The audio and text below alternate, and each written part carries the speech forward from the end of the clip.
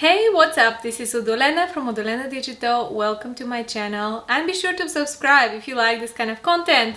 I post a new video every Sunday on topics which I'm interested in, and this is primarily books that I read, philosophy, how to have a better life. So today I'm talking about a book and in general about the philosophy of life, which I met in this book, Kaizen. So Kaizen, the Japanese method of transforming habits one small step at a time. It's written by Sarah Harvey. It's a nice little book with some illustrations and good tips on how to do things practically. But what interested me a lot, there are a lot of different books about Kaizen, actually it's not the only one. It's about the principle of this philosophy. So first of all, what it means. Kaizen comes from Japanese, and it is a concept of constant improvement. And the idea is that everything that we have in our life, regardless whether it's in our relationships, home, work, health, diet, etc., everything could be improved one little step at a time. And here is the key, that these improvements, whenever we think about improvements, we kind of try to do everything at the same time. And of course, we cannot keep up with our routines. We break our New Year's resolutions. People stop going to the gym. People stop working on their business. And this is because we try to do things and expect from us too much. First of all, you have to understand your brain. You can check also my other video called Inner Size. Inner Size is exactly about this, like how easy it is to fail on your goals. And it's not because you are a bad person, it's because of how your brain is conditioned to work, and your internal world is basically constructed from very early age, when people were living in caves. And a lot of these principles are still inside us, and we have to consciously address them in order to be able to function. And the whole idea of these principles is to protect us. So in the past, for example, changing was related to danger, very clear danger. Whereas now, change is actually a positive thing, because you are quite safe in today's world. There is no lions that are going to eat you, or bears most of the time, right? Unless you're living somewhere in the forest or in the savannah. We live in a very safe, human-made environment where actually change is something positive, especially if it's something for good. And actually this is a principle you can check from meditation. It's observing the impermanence of things. So things are not permanent. We have this illusion that everything is staying exactly the same thing, but actually small changes are happening all the time. You can see the day turning into night, the night coming into day, the seasons. So when you observe this, you get more accustomed to the idea of change and accepting change. Actually, a lot of the suffering that we have in our life is coming from the idea that we cannot accept change. We want to hold on to our previous ways, maybe want to hold on to like the way things were before when you were young, and the fact that you cannot accept that you are aging, that your parents are aging, your friends are changing, everything is changing. And actually when you adopt this view of life, that everything is changing and I have to be changing as well, one small step at a time, things start to actually progress much better. The whole principle of Kaizen comes actually from America. After the Second World War, some American management trainers were sent to Japan to help out managers of companies and factories after the war. A lot of these companies were devastated after the war, the morale was low. So their goal was to help Japanese companies recover by introducing this kind of management trainings. And the Japanese people took this concept of small improvements so dearly that they kind of renamed it with their own name. They call it Kaizen, and they made it to such perfection that actually in the 80s, when Americans were actually starting to struggle a bit in competition with Japanese companies, Japanese teachers came to America and had to reteach managers on this concept. So that's actually a perfect illustration of how we humans are. When something is working well for us, we kind of take it for granted, and then at some point we forget it, and we have to remind ourselves consistently of what brought us to a successful moment, what brought us to good health, what brought us to better sleep, to a good job, to running your own business. So the whole concept is, you start with small steps at a time. So I'll give you an example. Let's say you've gained some weight. It happens.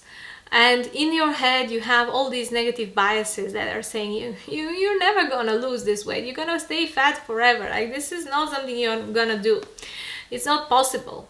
This is all bad thinking. It's coming from the past where food was scarce, and actually being able to become fat was a positive thing because it was so rare. Now in today's world, food is everywhere, and you won't run out of food. In very rare circumstances that would happen. What actually we see is that people are obese, that people are overeating or eating the wrong foods, getting sick, physically healthy people getting sick because of wrong habits. So you want to change this habit, and maybe you want to start a small workout routine, or maybe you're not sleeping well. You don't go after running or doing high intensity interval training straight from day one. This is wrong, because first you're gonna get really sore muscles, especially if you've never exercised before, and you're gonna give up very quickly because you're not going to see results. It's gonna pain like hell and you're not gonna see any results. So who wouldn't give up? But if you adopt the Kaizen philosophy, you start with a small step. Maybe you start with a small walk, just walking around for 10 minutes a day. Then the next day you walk a little bit longer. Maybe the next day is a sunny day, you walk even a bit longer, and you try to sustain. But the key is here that you have a minimum that you do every single day, and over time this brings into quantitative improvements, and also brings into quality. You start to feel a little bit more energized. Maybe you want to do a small run now, and you try with this very small run, you're out of breath. The next day you repeat it again and again and again and again. So the research says that it takes about 120 days in order for you to build a sustained habit that you're probably not going to let go. And I can tell you that even after 120 days, you are very likely, if this is something that is really new to you and nobody in your family is doing it, let's say you're a runner, you want to become a runner, it's very possible that you can drop this habit as well in the future if you don't sustain this minimum. Same with healthy eating. Let's say you start by having an apple or a small piece of fruit every single day. Let's say you have this terrible diet where you only eat processed foods. You focus to eating one fruit or one vegetable every single day. And the key here is to be consistent, not to break the chain. And this is actually why apps are so good. You can watch my video about consistency and how I studied 444 days Duolingo French I've been studying with an app. You can check it here. There is apps for meditation, like tracking your meditations, like Headspace, where you can start with a 3-minute meditation and do 3-minute meditation every single day until you build up the habit, and then it becomes slightly more or less like a necessity for you to do it, and maybe you want to do it a little bit longer. But not beating yourself up when you miss, not beating yourself up when maybe the experience is not as good as before. No day is the same like the day before. So you have to adopt this simple approach where things are happening at a small, gradual pace. And actually in the book there's a lot of principles you can apply to your health, to your work, to your relationships, especially your home. And what I really like is kind of like this almost Marie Kondo approach. If you have watched KonMari, the KonMari method, where she's helping out people to clear out their homes. And this is not about having a clean home or looking good on pictures. It's about your mental state, because all the unnecessary objects and things that you have around you, they are wearing you down. Especially if you work from home and you see them all the time, you have to be able to have some space, some focus. And when you have too many things and a lot of things that are grabbing your attention, that you don't longer use, you don't need, they're basically hindering your focus. So the whole idea is that what is around us is actually a reflection of our internal thinking. So if you have a lot of mess around you, you start where you get a little bit of energy. I would say always start with exercising, because exercising is going to give you some energy to do other things, and change is infectious. You will want to change other things as well. But don't go with too many things at the same time, because you are likely to drop some of them. Let's say you get a bit of extra energy, tidy up a small piece of the house. Don't start by cleaning all the wardrobes and scrubbing all the bathrooms. Start with a small thing at a time, and every day do a little bit of step, maybe clearing a little bit more, dusting a small area, replacing a broken light bulb, or something that's been annoying you, like stitching a cloth which has been broken, like a small button on your clothes, zipper that's been broken. All these small things that have been annoying you, fixing some small things in your life. And you gradually start to feel better and better and better about yourself, about your home. And the most important part of this is when you're keeping a discipline every single day, even however small it is, this brings trust in yourself. So when you trust yourself, you have a better relationship with your own thoughts.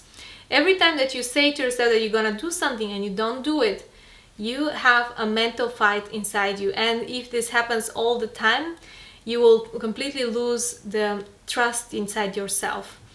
And every change becomes much more difficult. That's why it's important to start small and keep it consistent for a very long periods of time. This is the concept of Kaizen. I strongly recommend you to have a look at this little book or other books about this topic. There's also videos on YouTube. Check out the rest of the videos on my channel, and I'll see you next week with another video. Thanks for watching.